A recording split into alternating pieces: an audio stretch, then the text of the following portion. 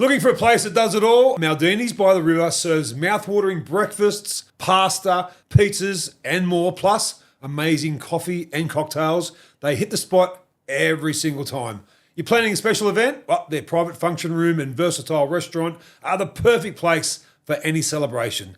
Good food, good friends, good times, Maldini's.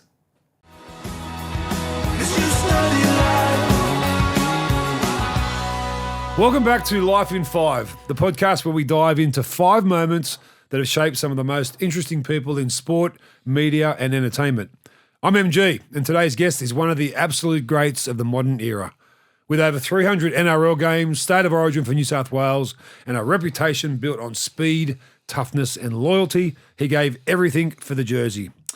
It brings me great pleasure to introduce J-Moz, Josh Morris, to Life in 5. Thanks for having me, MG. J-Moz. How are we? How are you, my friend? I'm good, mate. I'm very Before we dive into your 5 photos, because you have got a story to tell, what are you doing lately and how hard was this process? Getting 5 photos after what you've done so much of in your life? Oh, it's very hard. I mean, to try and wrap up nearly 40 years of life in 5 photos. And I think there's a theme to mine, in my photos, and they revolve around, obviously, football and family. So those two parts are the pillars of what has made me the person I am today. And these days, I get to work with you on 2GB and the continuous call team. So that has been a nice transition post-retirement, moving into the media sector.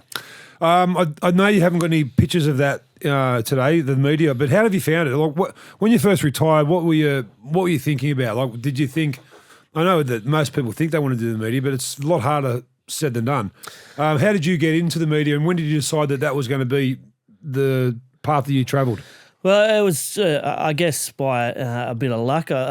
Levy kind of texted me out of the blue one time and said, there's a spot on the continuous call team. Do you want to come in and try it and see if you like it? It was a Saturday shift from 1 till 5, and I did that, and it just felt like the 4 hours went like that. I was having so much fun and talking about something that I love, the game that I grew up loving. First and foremost, I started off as a footy fan, and then, playing football my whole life, and then being able to talk about it and potentially, make a career of it. I guess it's that thing where if you love your job, you don't work a day in your life, and certainly that's been it. When I did retire, though, I took about 10 months off. I kind of let the body heal and rest after it had been through 15 years of professional football. I then jumped on the tools and helped out a mate. I did finish my carpentry trade while I was playing the last few years. I did TAFE Tuesday and Wednesday nights, juggling that with fatherhood and everything else that came with being a professional footballer. So I did that for a little while, and then kind of did the continuous call team and got asked back, and I've been there for nearly 4 years now, so it's been it's gone like that again. Well, you're great to work with. I love your laid back humour. You're a very honest bloke, and what you see is what you get, and you're very good at what you do. Speaking about legends, your first photo was one of my heroes when I grew up, and I can't believe that I'm working with his son today. But Slippery Stevie Morris, wow, he was such a player. I couldn't believe back in the day that someone went from a halfback to a wing. Like, it never happened. No, and he was the last person to play local football and get selected for Australia as well. What the hell? So he's playing for Dapto, his junior club. So there's a lot of great things that Dad did whilst playing football. He has now been recognised as the first Dally M winner of the. He did. He got recognised about 3 or 4 years ago at the Dally M's. Was that 79? Yeah, in 79, he won the man of the match in the grand final as well. So that wasn't called the Clive Churchill then. So he's done a lot of great things in the game. Obviously, he was a halfback and then went to the wing. But I guess, whilst he hasn't been the biggest figurehead in my life, his story is important for myself and Brett, because this was probably one of the first photos where we're in the paper for footy. Of course. Which one? Just before we go. We were very young there. We would have been 7 or 8 there. Are you on the left or right of? I'm on the right. So I'm on the right. You look nothing like twins in this photo. But now No, you if you Okay. shaved his head there, yeah. we would, because I look at photos now when we were kids and I can't tell. Really? Yeah, I cannot tell. So imagine what Dad and Mum were like. Poor old grandma. She the amount of she's gone now. She, obviously, but Yeah. I feel so bad for some of the tricks that we played on her.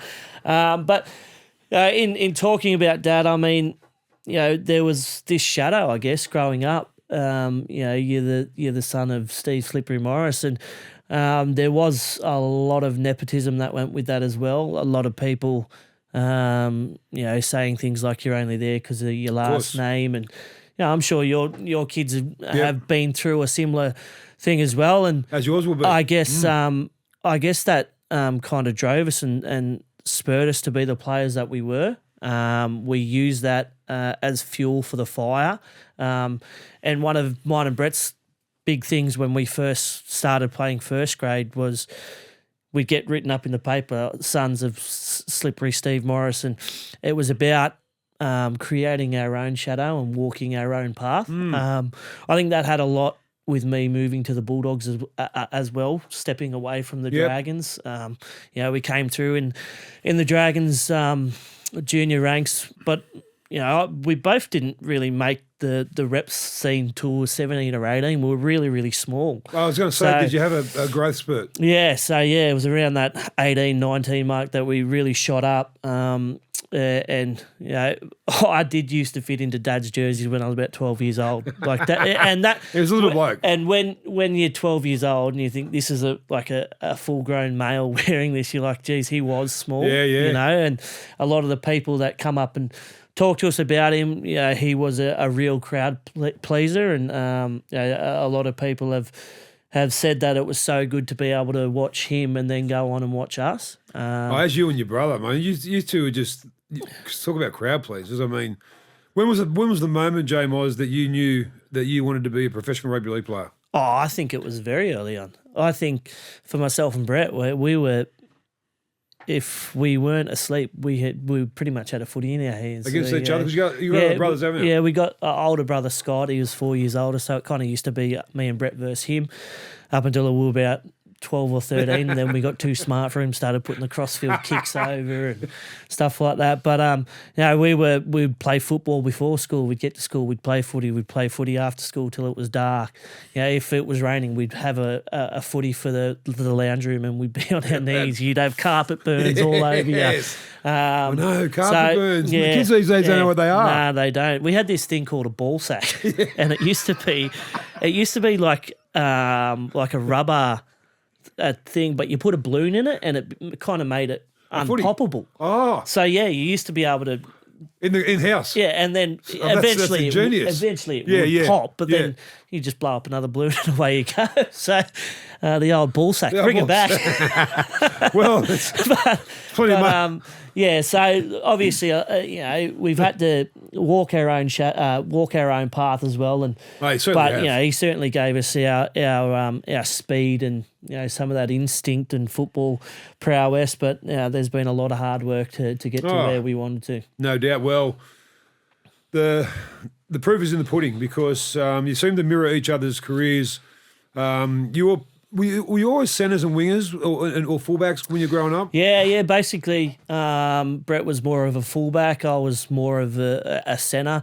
When we were a bit smaller, I kind of was a halfback for a little while. Okay. So, but then, as I got a bit older, transitioned into that centre and always wanted to be a centre. I kind of prided myself on defence as well. Because everyone can attack. Yes. Everyone can attack, but not everyone can defend. The hardest part of the game is defending. That was something that I prided myself on. And Brett, was a really, really good fullback. He was safe under the high ball. He's cover defence. I remember seeing him put blokes into the fence because he'd hit them that hard.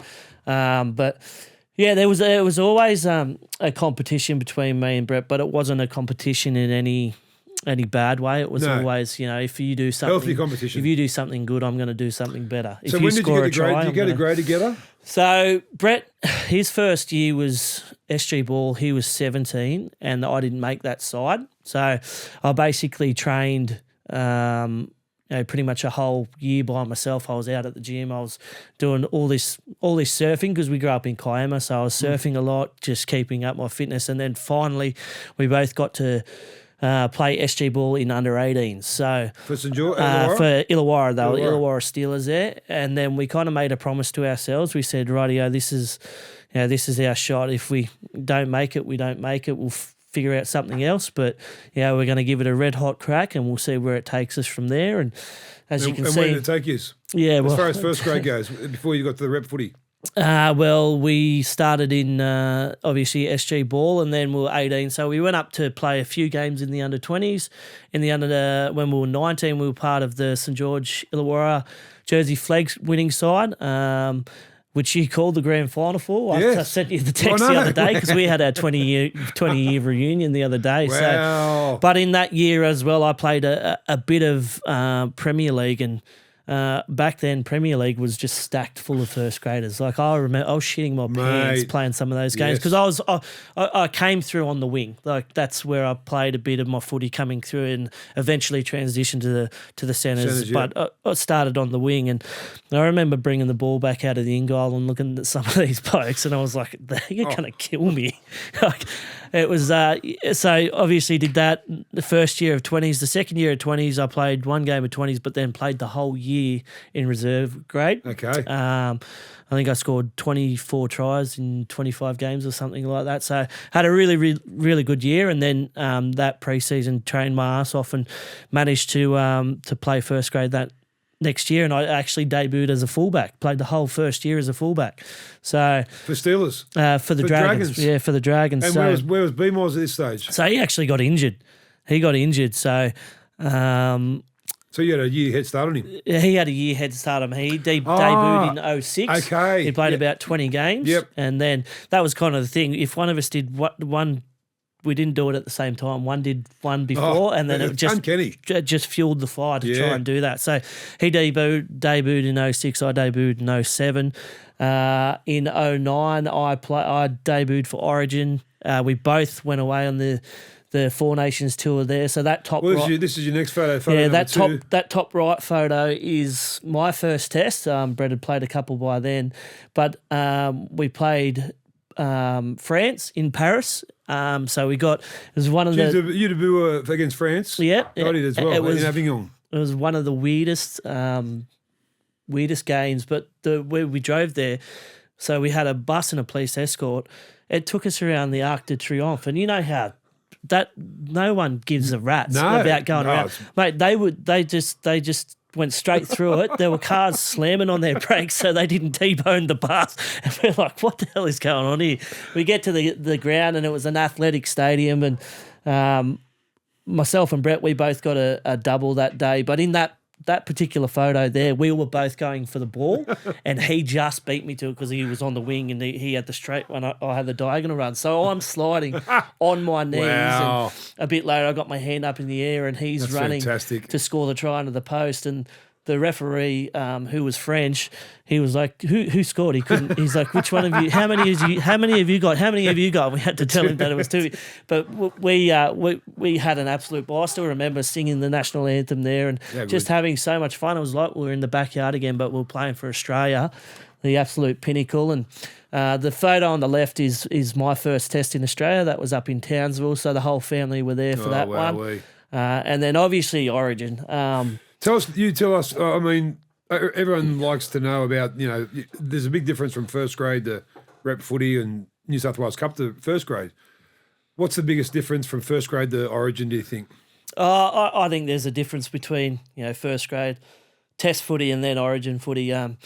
You speak about finals football, and there's that softening up period where it's about 10 or 15 minutes, and the emotion gets taken out of it. It's similar to a bit of a test match, and then it gets into the rhythm of the game. But with Origin, it's just 40 minutes, have your break, and then 40 minutes again. There's no let off, and if you do take a shortcut, you get found out very quickly. I almost got my pants pulled down in my first Origin.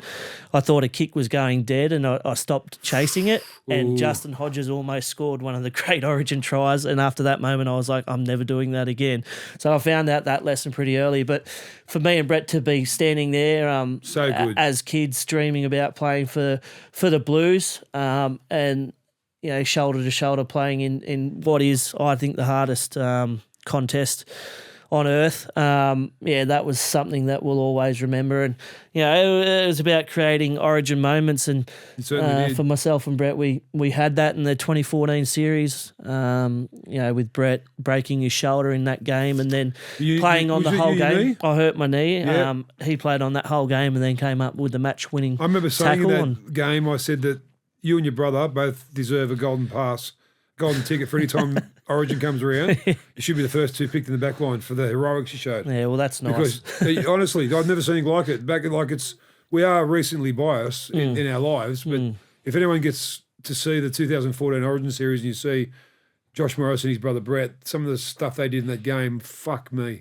Yeah, but that was the kind of thing that set that game apart.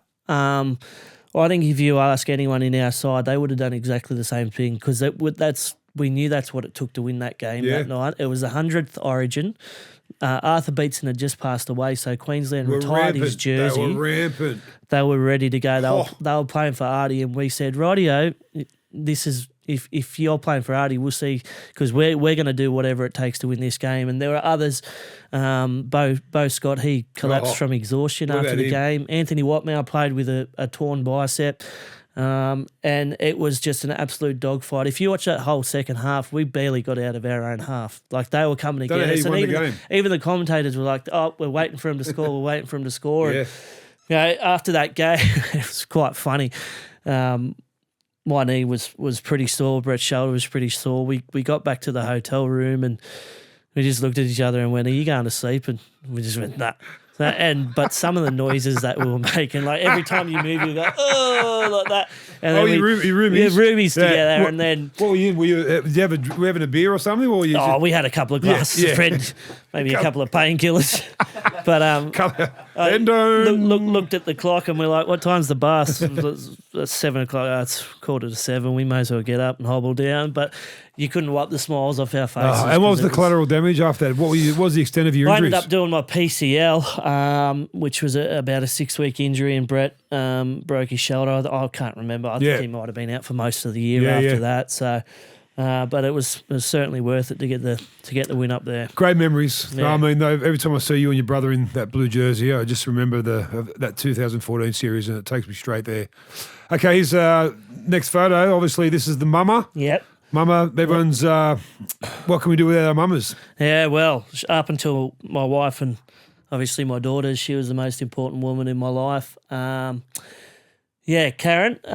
she's changed her name back to Chatfield. Obviously, my parents separated when I was about 4 years old. So there was a fair bit of stuff happening when I was a bit younger. We moved away. Dad stayed in Sydney, but she had to raise 4 children.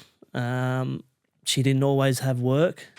She was a single mother on a casual wage, so times were tough. Where'd you live, Jamos? We moved to Dapto for a few years and then moved down to Kiama. And I was about 6 or 7 when we moved down to Kiama, so I was pretty much living there up until I moved to play for the Bulldogs. But it brought us up in a loving house, showed the importance of hard work, dedication, and she made so many sacrifices to take myself and Brett, rep games, travel, not always being able to afford it. We got billeted a lot of the times when we went away for sporting competitions because couldn't afford it. But some of the values that she taught me, and the love that I have for her, it's immeasurable, and she's just such a special person, and I wish we could have given her more, and I still wish we could have given her more, because she deserves it for what she had to do. She is a very, very special woman, and she's just retired last year, so she's actually tomorrow I think she's leaving for Italy for 5 weeks. Wow. So now she's getting to see the world, and we kind of wish she would have had a partner. Because she had been alone for a long time there. And I guess now that I have kids, I want them to see their nanny Caggie as much as possible. And, she's I can't say enough about that woman. And, she taught me important life lessons, how to cook, how to treat a woman as well, the respect you show them, some of those values that you stand up for your family, you believe what you believe in, you protect. Yeah. And I tell you what, I'll never eat a tuna bake again as long as I live. Why? Oh, obviously, it's pretty cheap to make. And Tuna bake. Tuna bake. Oh. I remember eating it about 4 or 5 times a week for a long time because that's all we could afford, Maggi 2-minute noodles, Wheat Bix, stuff like that. Yeah. When I can, I try and give back to her as much as possible. And is she still down the coast? She actually lives with my sister now. She's building a granny flat out the back of her house. So my mum and dad did the same thing with my sister. Yeah, up at Clarnyvale, and it's the best. Yeah. So and they're down in Wollongong, so it's only 45 minutes away too, which is good. So was Mum one of them supporters at the games where she'd sit there silently, or you could hear her from the stands? Nah, she wasn't too bad. She was pretty good. And junior footy as well? Yeah, junior footy as well. The only couple of times she did blow up was when there was a coach that continually kept me and Brett off the field to try and give other people a go. But it wasn't our fault that the team were passing us the ball, because every time they passed us the ball, we'd score a try. And you long-legged things. Yeah, and then this was in under sixes, and I still remember Mum blowing up at the coach, going, "It's not their fault. Like you're punishing them." Yeah, that's right. And so she's always been very, very protective of us. And what's her name? Karen. Kaz. Yeah, Kaz. Kaz, you'll be watching this, looking back, and you should be so proud of what you've built, darling, because they are a beautiful family. Awesome. What was that photo? Is it the races or something? Or no, that's one of my cousin's wedding. Okay. I think it was 2 years ago. So yep. And I've obviously don't get to see her as much as I'd like to, but when we do, it's always special. I'm glad you put that photo in there, brother, because the last photo is one of. This is it. Is this this is your fourth photo? Sorry, this is your fourth photo. I could get the photos mixed up. This is you and your brothers and your sisters. Yeah, so that's my older sister and older brother, and obviously Brett there. And there's 4 of us in that photo. I do have 2 other brothers and a sister, from my dad's second partnership there. And whilst they are very important to me as well, I don't really call them, your half brothers, half sisters. They're my brothers and sisters. But this is the core group that I grew up with, I would do anything for as well.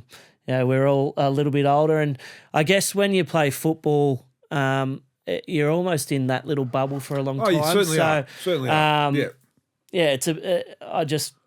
They looked after me. I remember my older brother looking after me when I first turned 18. If I didn't have any money, he'd give me some money, take me out. What's the age gap between you and him? So about 4 years. Okay. So, and then a lot of the lessons I learned growing up were not only from my sister but my older brother as well. Obviously, Dad was not there as much, so I learned a lot of stuff from my older brother as well, and my older sister. And we're still very close. We still speak quite a lot, and everyone's got kids of their own now. And I guess as I spoke about, as a footy player, you're kind of a bit selfish. You don't get to see them as much as you like to. But now in this stage of my life, it's about trying to get back and spend as much time as possible with these people. But I mean, Brett only lives 800 metres down the road from me, so I see him you should never separate, you frigging twins. So do you feel like is it true what they say about twins? How you if he's got a headache or you're sore. Like, do you feel... Where's this leading? No,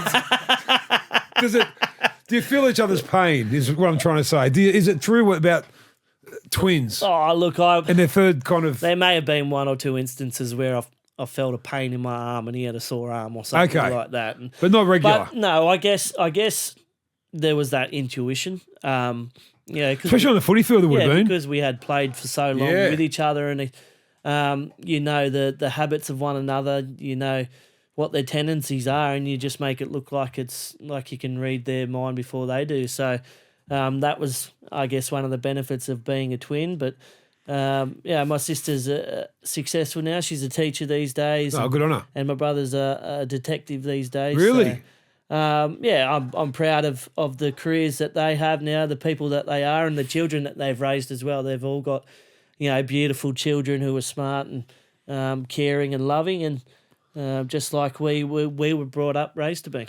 So the only difference these days we can tell between you and Brett is he's starting to grow some facial hair. But were your brothers and sisters always knew which one was Brett and which one was Josh? Yeah. Is it what was it? Not just looks, but personality. Yeah, I think personality. I think Brett's a bit more reserved than me. I'm a bit more. Yeah, I think that's true. I think that's true. He's a coaching. Yeah, he's a bit more serious. You got to be a coach. Yeah, he's got his coach's hat on a bit more of the time these days, and I try and get it. You're gonna entertain, mate. I try and get it off him and try and take him to the pub for a couple of schooners here and there. And I think he every now and again he wants to blow out when he's had 3 or 4 losses in a row, and I'll always be there. But we'll always be there for one another, and I know that I can pick up my phone anytime and call those 3 there, and they'll always answer. That's all you need in life.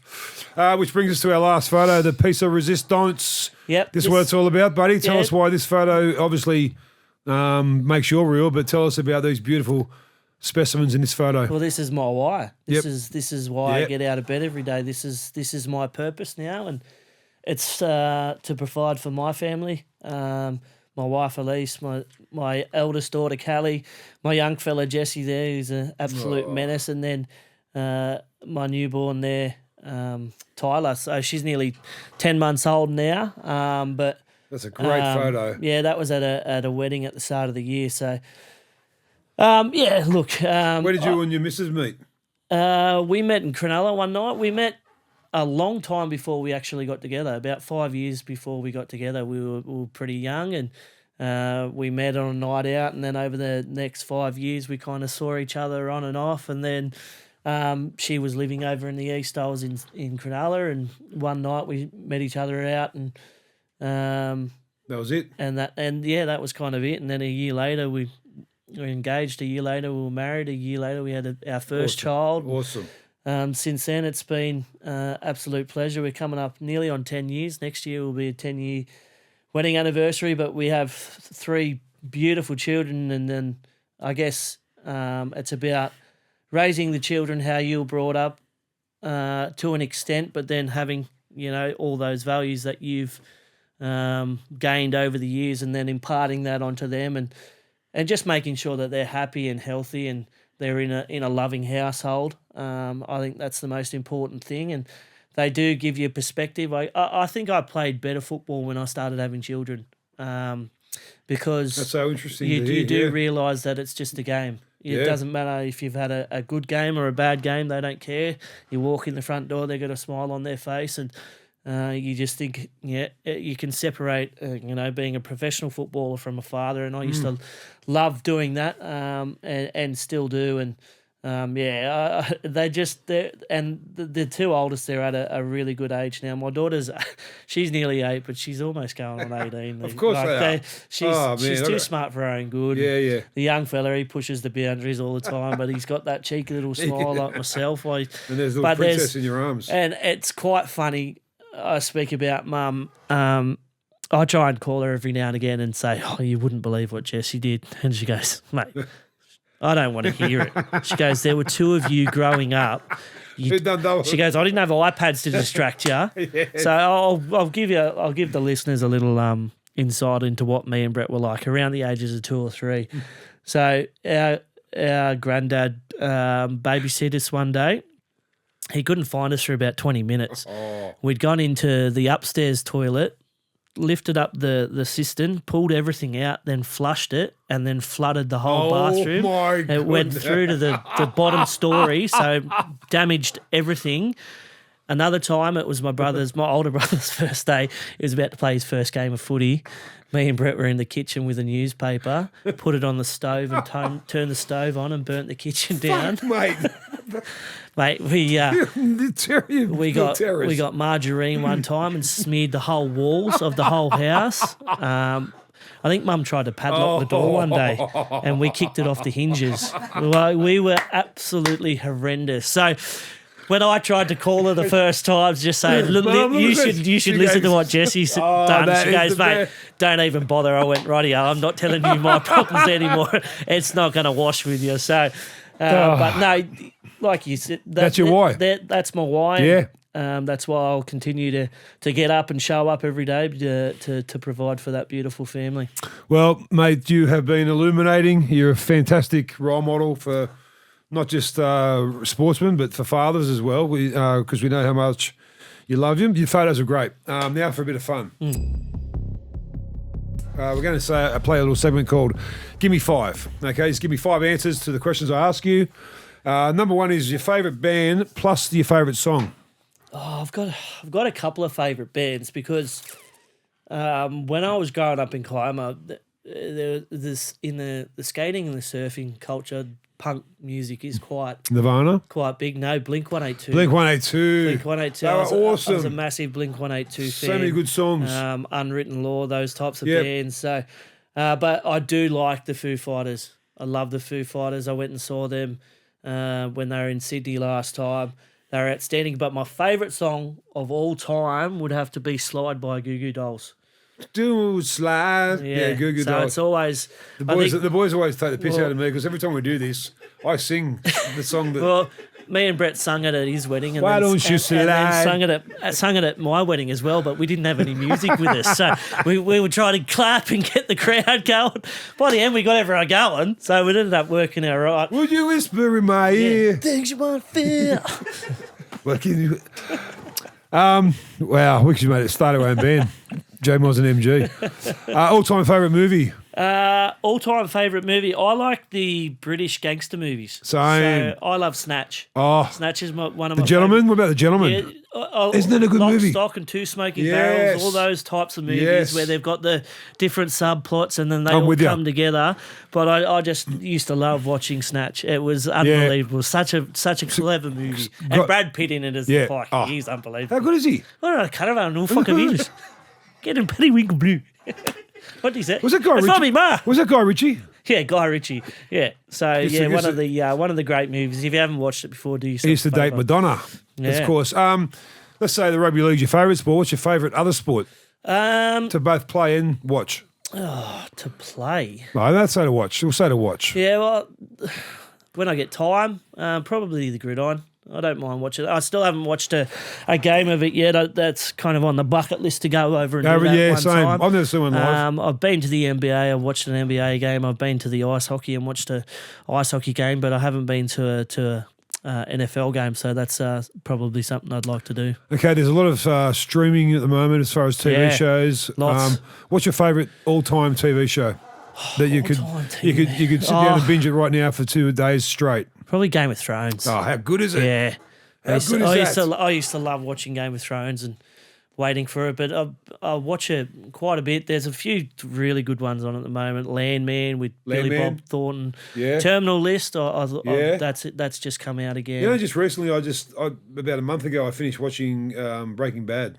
I've never watched it. Watch it. I watched the last episode as my first episode. What? I went, well, now I know what happens. No point watching it. No point. There's no point. There's no point. Don't tell anyone. No spoilers. Psycho. What about how good's Game of Thrones? But I mean that just sets like every episode is like a movie. Yeah. Like you watch for an hour and a bit, you just go, wow. And there was always they weren't afraid to kill off a main character. No. Like the Red Wedding was one of the all-time scenes. At the end of it, you're just like, oh my God. They just took out like 4 main characters. What the hell? Spoiler alert. So yeah, that was one of right, you're in the Red Wedding. You're in there with, what's his name? Walter Frame. He was the bloke who done it all. You're on death row now. What's your death row meal? Oh. What are you having for your main, your dessert, and what are you washing it down with? Lots of it. You know what I love like all my meats and stuff like that. One of my favourite meals is ricotta spinach and ricotta cannelloni. Oh. I am a fan of that. Maybe that for the entree. Yep. Maybe like a ribs Yep. and steak and Yep. all that like kind of Carnivore. American food, with some wings and Do you have pork or lamb ribs? pork. Yeah, same. Gotta go pork. And what about barbecue or plum sauce? Barbecue. Yep. Yeah. Same. So maybe something like Chips, like coleslaw? just chips. Oh, how good's chips? I ain't having any of that coleslaw if I'm going out. Nah. No chance. Just chippies, thanks. And then wash it down with about 1,000 Great Northerns, I reckon. No By wine? the time I get there, I'll be passed out anyway. Well, that's what you want to. You want to be sedated. Maybe a couple of glasses of red to finish. Yeah, Tip the bang. cap. Jay Moz, as I thought you would be, you were fantastic, my brother. Thanks for spending some time with us on Life in 5. That is your Life in 5. Thank you very much. And thanks to our good mates at Lily Pilly Wines. A nice red and a nice white Oh, for you beautiful. to wash them down, buddy. And thanks for being so good today. Thank Sure, you. the wife will love that. Share that over another weekend. Thank you, mate. Don't Appreciate it. Don't get too frisky. You've had the snip, haven't you? Yeah, I've had the snip a couple of months ago. Because We're this right. makes you frisky. Let's go. Let's go.